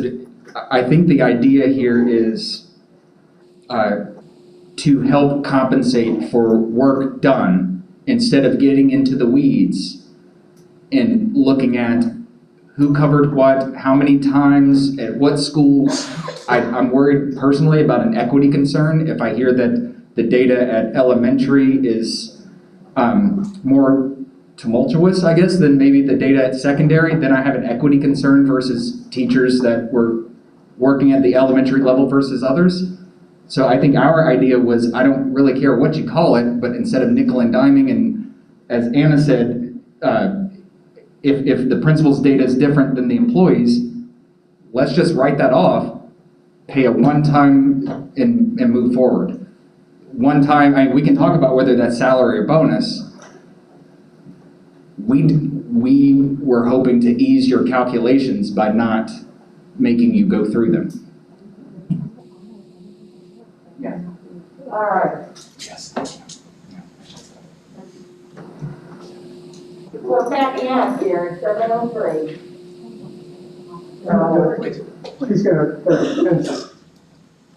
I just want to add on to Kurt's comment, and to honor work that may not be, to honor the work of teachers picking up for the staffing shortages all over, that may not be captured in a lot of data pulls. All right, the bottom line is, we're not ready tonight to list anything, to vote on anything. We don't have an understanding between everybody. So I think we're gonna have to make it February 7th. So, what is this option, one way or the other? February 7th. February 7th. All right, with that, thank you everyone. Have a good evening.